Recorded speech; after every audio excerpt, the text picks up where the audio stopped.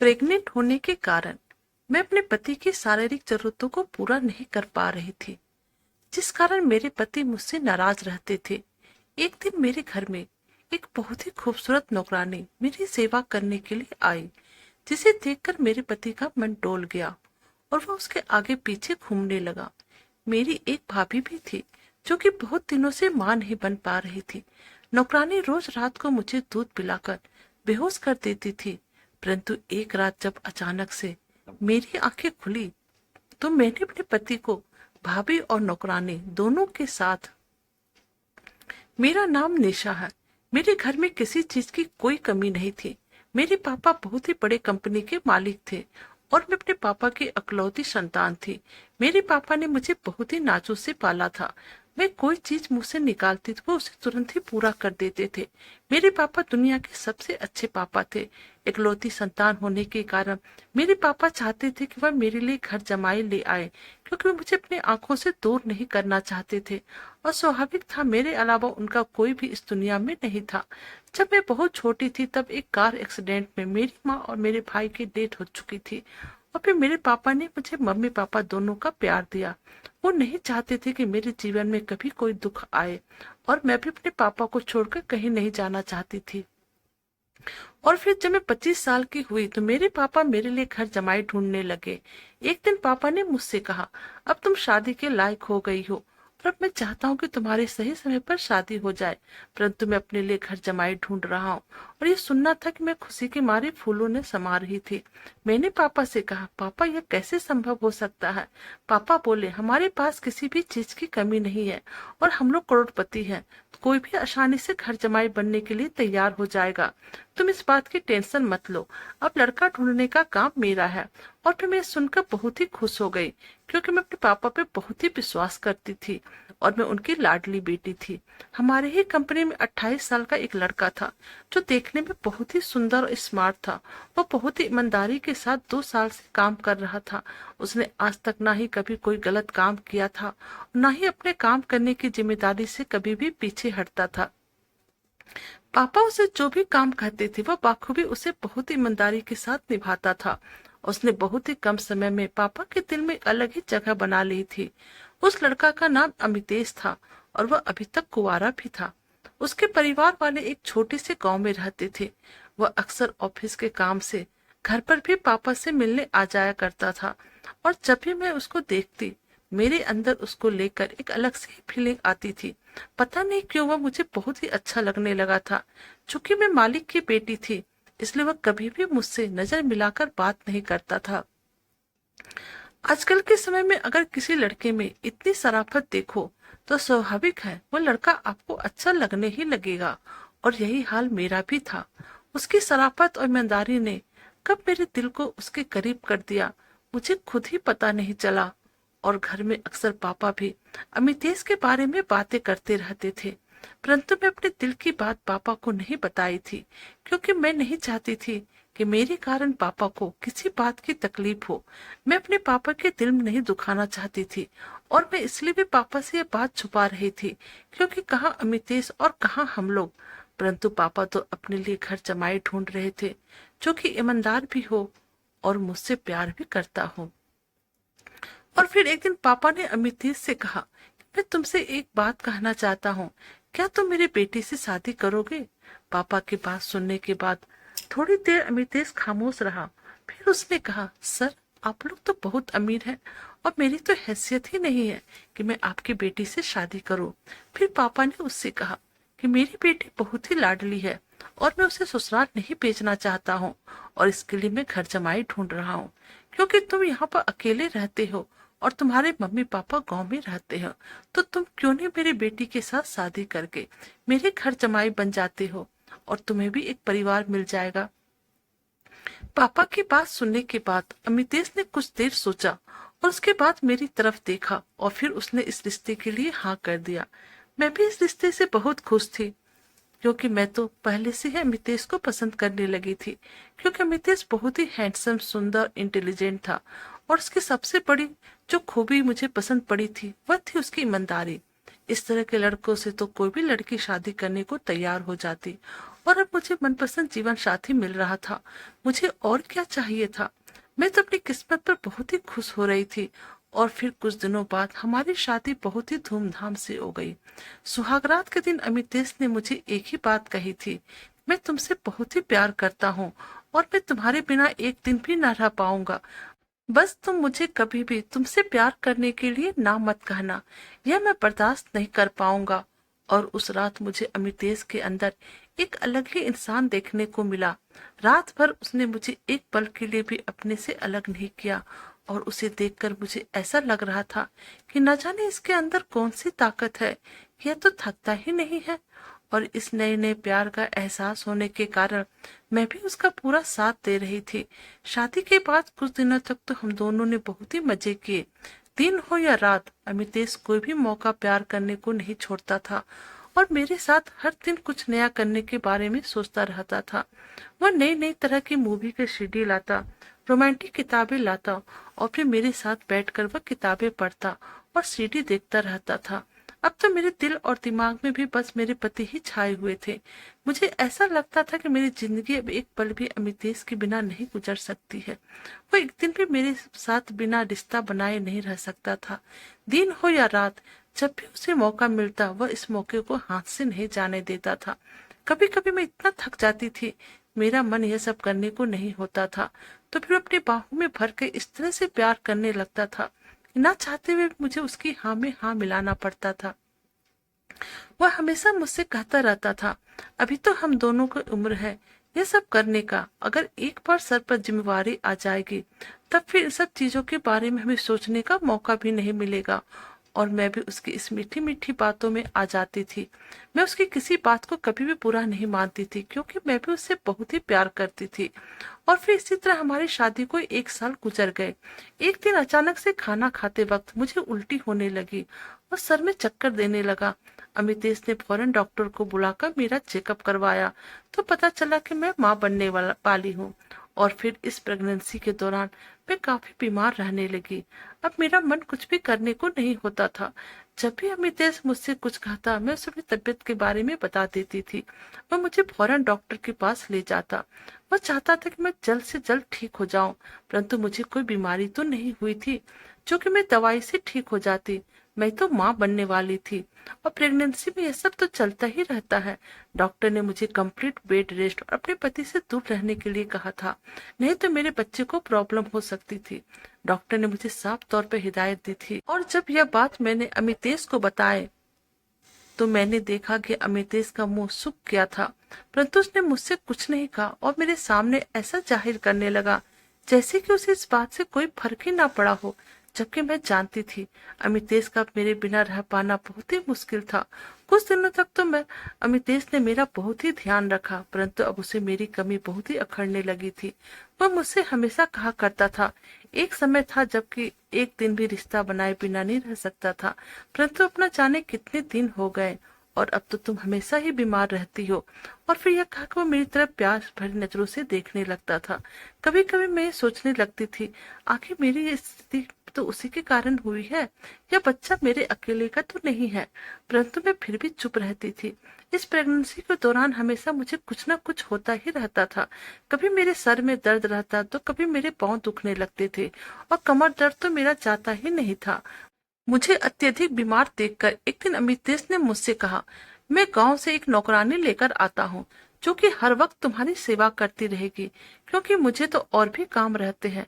मैं हर वक्त तो तुम्हें समय नहीं दे सकता हूँ, मुझे ऑफिस का भी काम देखना पड़ता है, क्योंकि जब से अमितेश घर जमाई बने थे पापा ने पूरी ऑफिस की जिम्मेदारी अमितेश के कंधों पर दे दी थी। पापा का कहना था, आज न कल उसे ही तो सब कुछ संभालना है और अगर अभी से ही ऑफिस के बारे में जानकारी रखेगा तो आगे उसे कोई दिक्कत नहीं होगी। अमितेश के गांव से नौकरानी लाने की बात को मैं मान गई, क्योंकि सच में मुझे भी लगने लगा था कि मुझे भी हर समय किसी का साथ चाहिए और मुझे हर समय किसी की मदद की भी जरूरत पड़ने लगी थी। क्योंकि जब मेरे कमर पांव और सर दुखने लगते थे ऐसा लगता था कि कोई मेरे पास हो जो कि मेरी देखभाल करे। और फिर मेरा पति गांव चला गया और जब अमितेश गांव से आया तो एक बहुत ही खूबसूरत 18 साल की औरत उसके साथ थी।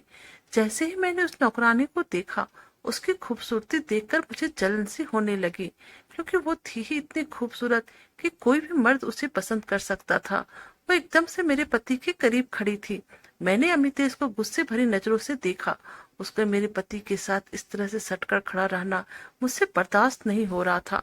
मेरे इस तरह के गुस्से से देखने के कारण अमितेश समझ गया कि मैं क्यों उसे गुस्से से देख रही हूँ, और फिर वह तुरंत नौकरानी से दूर हटकर कहने लगा, इसका नाम रूपा है और यह हर वक्त तुम्हारे साथ रहकर तुम्हारी सेवा करेगी, और हमारे घर के बेसमेंट में जो कमरा बना है इसे उसी में रहने के लिए दे दो।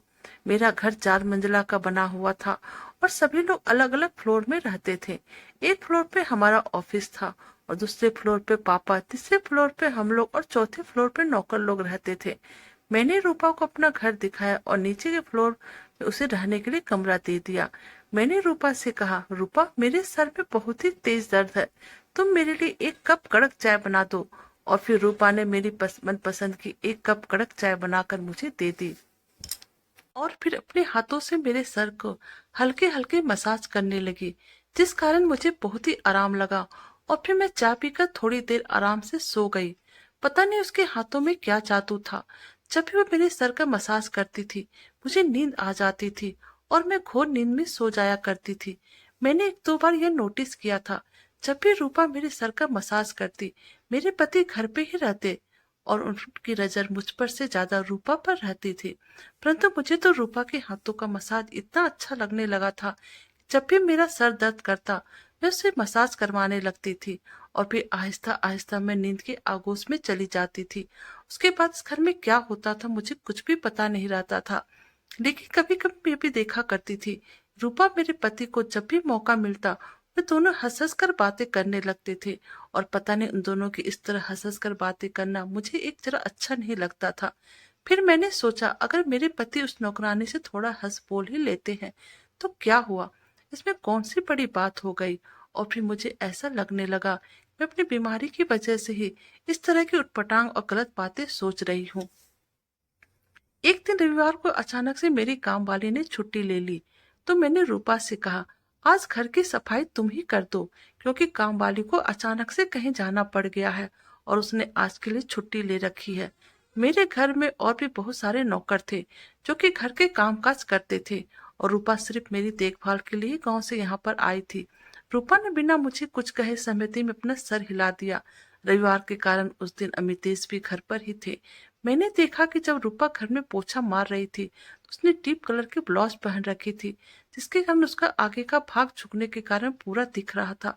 मुझे इससे तो कोई फर्क नहीं पड़ा, परंतु मैंने अपने पति की तरफ से जब अचानक से देखा तो मैंने देखा कि अमितेश की नजर बार बार रूपा की तरफ ही जा रहा था और वह बिना पलक झपकाए एक टक रूपा की तरफ देखे जा रहा था।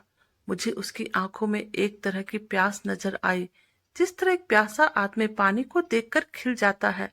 आज उसी तरह मेरे पति के चेहरे पर भी एक अजीब सी मुस्कान मुझे नजर आई थी और उसे इस बात पर कोई भी फर्क नहीं पड़ रहा था कि मैं भी वहां पर बैठी हूँ, क्योंकि उसकी नजर तो उस समय किसी और चीज पर थी।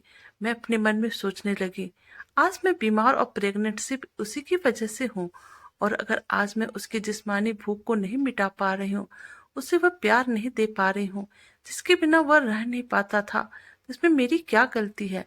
क्या मेरा मन नहीं होता है यह सब करने का? लेकिन जब मैं ये सब बर्दाश्त कर रही हूँ तो फिर वह इस तरह की हरकतें क्यों कर रहा है? यह सब सोचने के कारण आज मेरे आंखों में आंसू आ गए थे, परंतु फिर भी मैं चुप थी।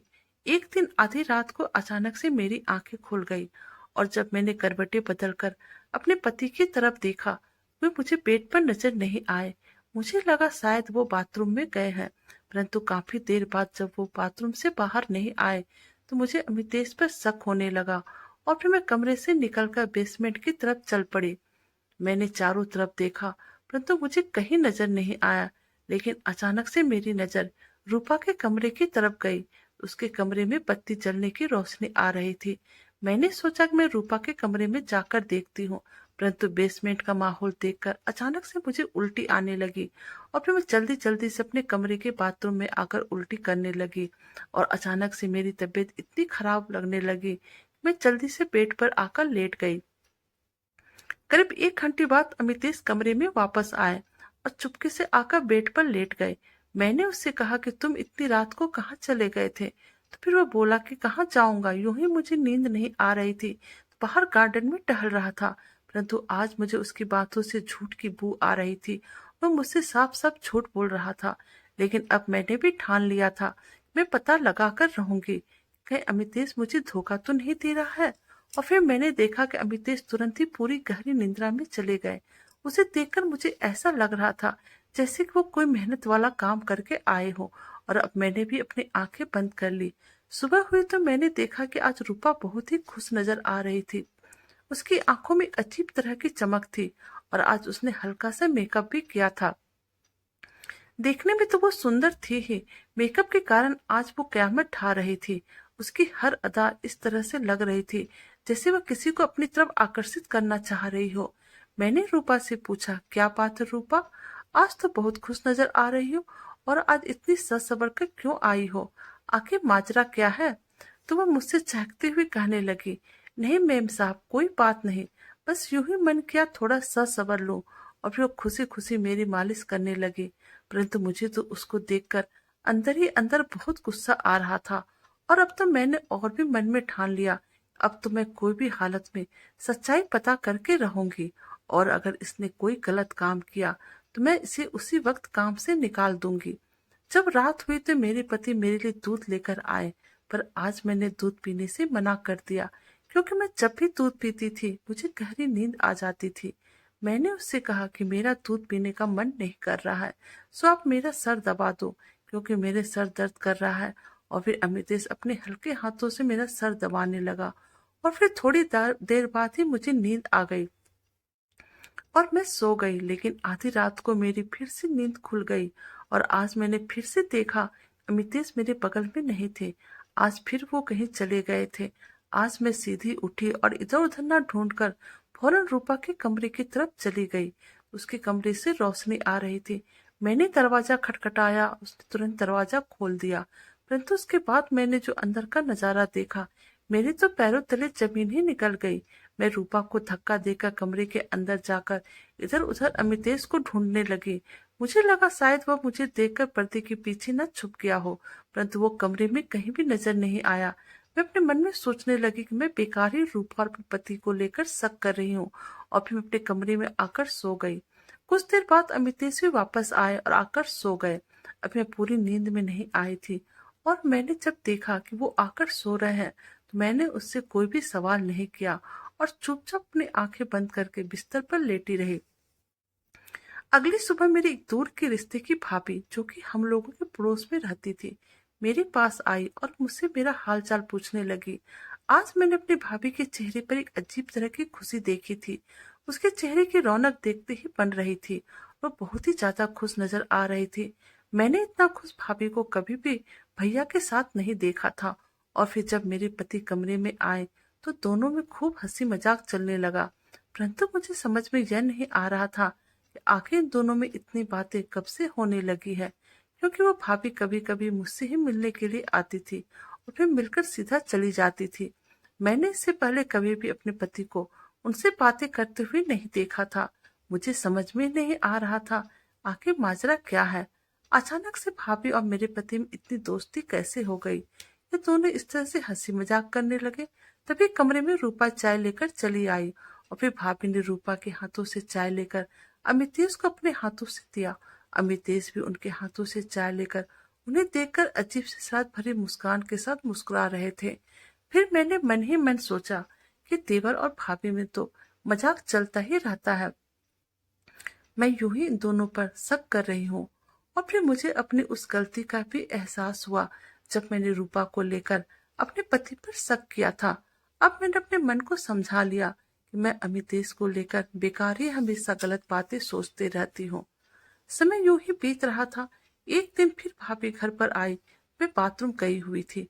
रूपा भाभी को ड्राइंग रूम में बैठाकर चाय बनाने के लिए किचन में चली गई थी। मेरे पति भी वहीं पर थे। और फिर थोड़ी देर बाद जब मैं बाथरूम से आई तो मैंने जो देखा, मेरी आंखें फटी की फटी रह गई। मैंने देखा कि आज अमितेश और भाभी दोनों मुंह से हंसी मजाक नहीं बल्कि एक दूसरे को छूकर हंसी मजाक कर रहे थे। अचानक मेरे इस तरह सामने आ जाने से दोनों हड़बड़ा गए और मैं गुस्सा होकर अमितेश की तरफ देखने लगी। अमितेश मुझसे कहने लगे, तुम्हें तो पता ही है तुम्हारी भाभी कितनी मजाकिया है और तुम गुस्सा क्यों करती हो, और तुम्हें तो पता ही होगा कि तुम्हारी भाभी हर समय मजाक की मूड में रहती है। और फिर थोड़ी देर के बाद भाभी मेरा हाल चाल पूछकर वापस अपने घर को चली गई। मेरा मूड बहुत खराब होने लगा था। मैंने रूपा से कहा, खाना लगा दो। वह किचन में गर्मा गर्म रोटियां सेकने लगी तो मैं टीवी के पास थोड़ी देर के लिए बैठ गई। और अब जब रूपा किचन में रोटियां सेक रही थी तो मैंने देखा कि अमितेश भी एकदम से रूपा के करीब खड़े थे।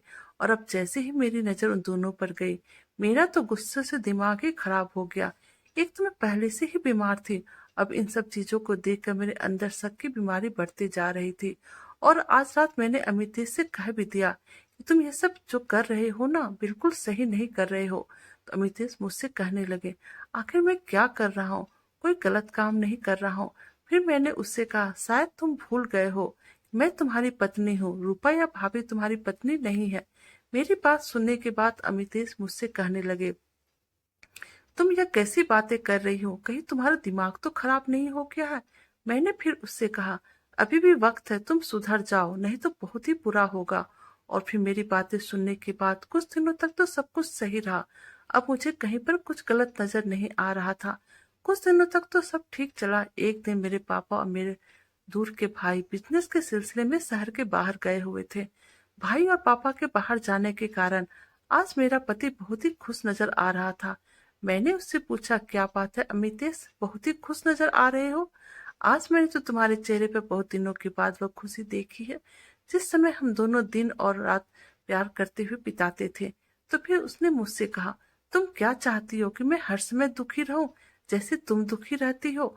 मैंने उससे कहा, तुम मुझसे ऐसी बातें क्यों कर रहे हो, मैं तो यूं ही मजाक कर रही थी। मैं तो इसलिए दुखी रहती हूँ क्योंकि मैं प्रेग्नेंट हूँ और मुझे कब क्या हो जाता है मैं खुद ही समझ नहीं पा रही हूँ। परंतु पता नहीं क्यों उसे मेरी इतनी छोटी सी बातों पर गुस्सा आ गया था और फिर वो वहां से उठकर चला गया। मुझे भी उसके इस तरह उठकर चले जाने के कारण बहुत ही गुस्सा आया और मैं भी बेड पर आकर लेट गई। आज भैया के बाहर जाने के कारण भाभी हमारे ही घर पर रुक गई थी, क्योंकि भैया जब भी बाहर चले जाते थे भाभी हमारे घर पर ही रुक जाती थी, क्योंकि उतना बड़ा घर में उन्हें अकेले रहना अच्छा नहीं लगता था। आधी रात को अचानक से जब मेरी आंखें खुली तो मैंने देखा कि अमितेश बेड पर नहीं थे। मुझे लगा शायद वो बाथरूम में होंगे। मैं अपने मन में किसी तरह का कोई भी शक नहीं रखना चाहती थी, क्योंकि मैंने पहले भी अमितेश के ऊपर शक किया था, परंतु मैं कुछ साबित नहीं कर पाई थी। अब काफी देर हो गई थी, लेकिन अमितेश बाथरूम से बाहर नहीं आया। तो फिर लगा हो सकता है वह बाहर गार्डन में घूमने गया होगा, जैसे वह पहले भी चला जाता था। मैंने सोचा कि आज मैं भी गार्डन में जाकर थोड़ा सा घूम लेती हूँ, क्योंकि गार्डन हमारे घर के अंदर ही था, इसलिए मुझे वहां पर जाने में कोई परेशानी नहीं थी।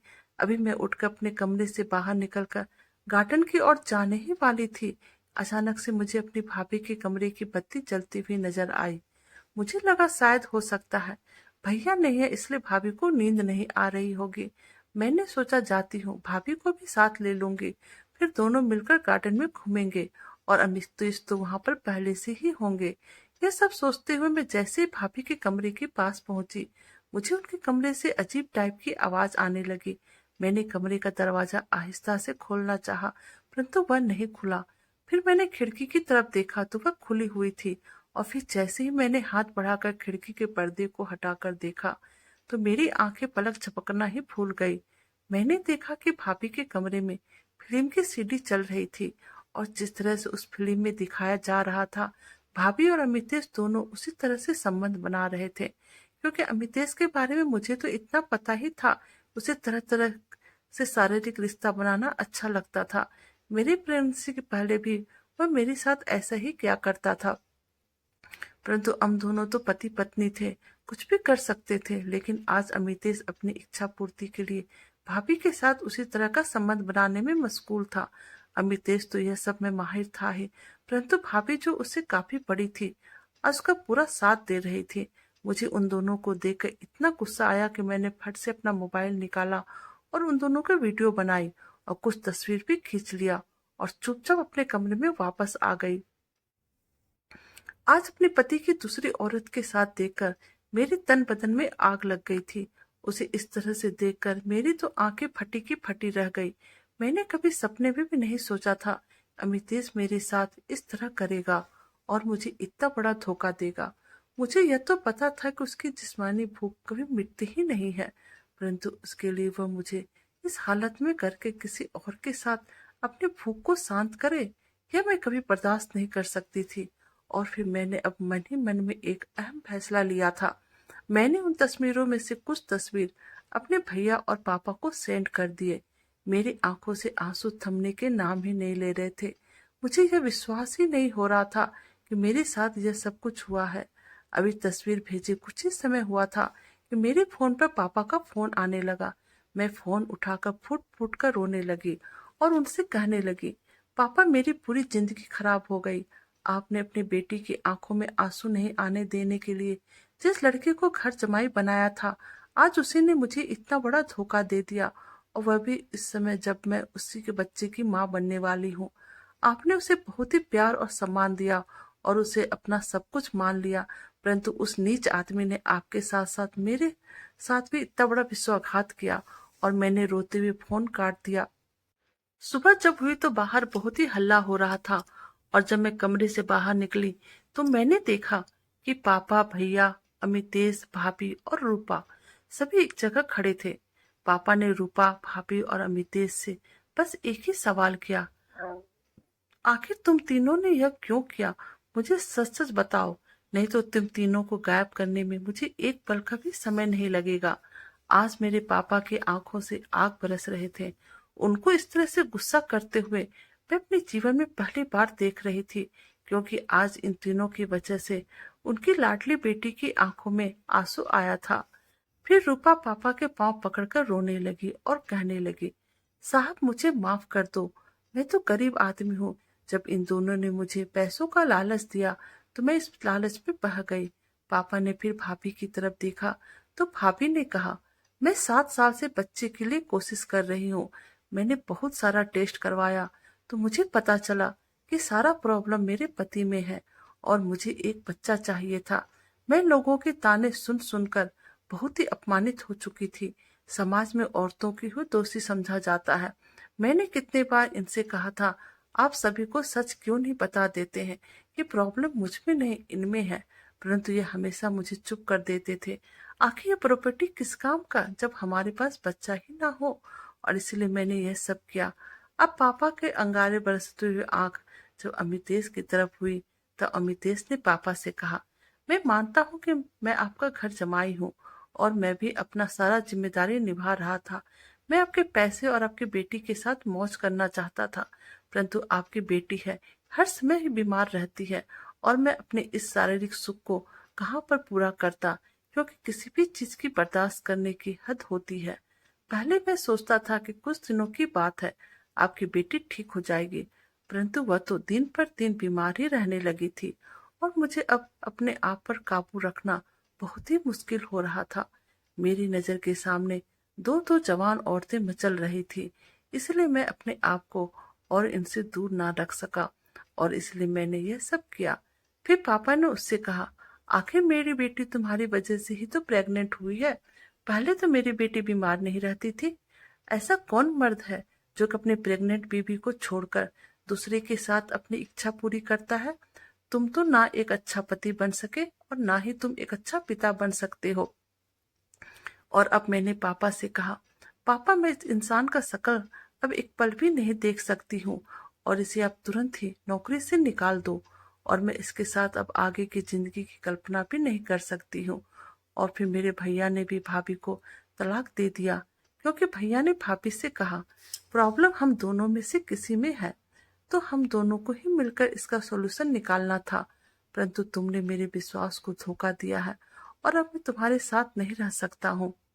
मेरे पापा ने अमितेश को नौकरी से निकाल दिया और फिर मैंने उसे तलाक दे दिया। रूपा को भी हम लोगों ने गांव भेज दिया, क्योंकि मुझे उस तरह के एहसान फरामोश नौकरानी की कोई जरूरत नहीं थी। अब मेरी तबीयत धीरे धीरे ठीक रहने लगी, और जब मुझे बच्चा हुआ तो उसकी कस्टडी भी मुझे मिल गई। अब मुझे पता नहीं कि मुझे कभी भी दोबारा किसी से प्यार होगा या नहीं होगा, परंतु इस तरह का जीवन साथी होता है तो मैं बिना शादी के ही रहना ज्यादा पसंद करूंगी, क्योंकि अब मेरा प्यार पर से विश्वास उठ गया था। तो दोस्तों, कैसी लगी आपको हमारी यह कहानी? प्लीज आप हमें कमेंट कीजिएगा। अगर आप हमारे चैनल पर नए हैं तो हमारे वीडियो को लाइक, सब्सक्राइब और शेयर कीजिएगा। Thank you.